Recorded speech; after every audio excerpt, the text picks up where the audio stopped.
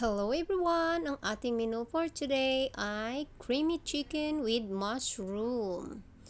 Yes po, yan ang ating menu for today. Ayan, i-ready na natin ang ating chicken breast, all-purpose cream, onion, then garlic. Yes, yan na po. And yung ating chicken, ating slice yan sa ibabaw, then lagyan natin ng salt. We put salt and pepper, yes. Salt and pepper ang ating ilalagay niyan. Then, ating piprituhin. So, mag-ready na tayo ng mantika sa kawali para ating prituhin. Ayan na po, mag-start na tayo. Yes, piprituhin natin sila. Mag-golden brown lang, no? Mag-golden brown. Then, yan. Yes, yan lang po ang ating gagawin sa chicken. Ayan, atin. Tapos, pagkatapos niyan, isi-set aside natin kasi may gagawin pa tayo. Gagawa pa tayo ng cream nito. Yan, sisit aside na tayo. Tapos na po siya. Waiting na po siya sa kanyang turn. Yes.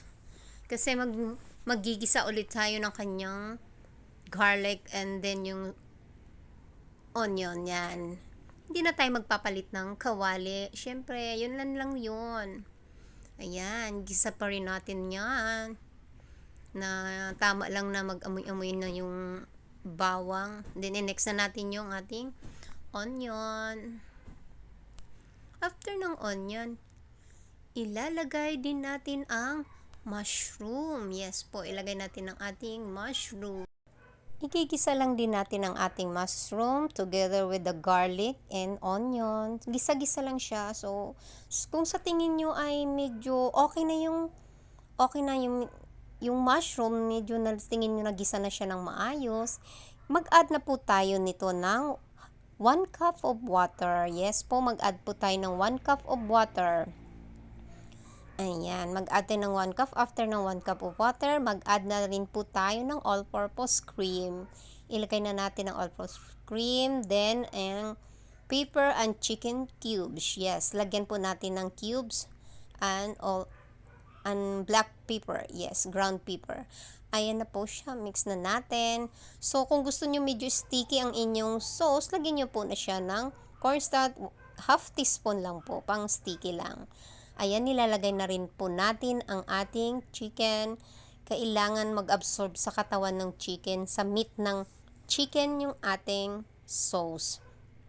Pakuluan po natin sila, then takpan. After nyan, balik ta rin. Then, pahintayin rin pa rin natin pagkulo nito. Yes, kailangan ma-absorb ng meat yung kanyang cream. Yes po, ganon. Then, babalik ta rin natin siya para the other side naman ay magkaroon ng lasa ng cream. Yes, yan na po siya. Ang bango po niyan, yummy yummy. Yes po. Then after nyan, yan na siya. Takpan mo ulit. Yan, takpan natin ulit para mag-absorb nga siya yung cream niya. Ayan. Matatapos na yan. So, mukhang ano na talaga siya, napakayami na niya. So, sticky. Yan na po. Try na natin yan. Finish na yan. Isi-serve na natin yan, no? Isi-serve na siya. Ayan na po. Ready? Ayan na siya. Ilagay na natin sa ating lagayan. Napakasarap nito. Ang bango. I-try nyo din. I-try nyo din. Pag may mga anak kayo lalo, gustong gusto to. Ayan na po, lalagyan na naman natin ng onion spring. Spring onion, ayan. Pangdagdag din sa dekorasyon. Ayan, yan lang po. Thank you for watching. See you in my next video. Don't forget to follow, like, and share my video, everyone.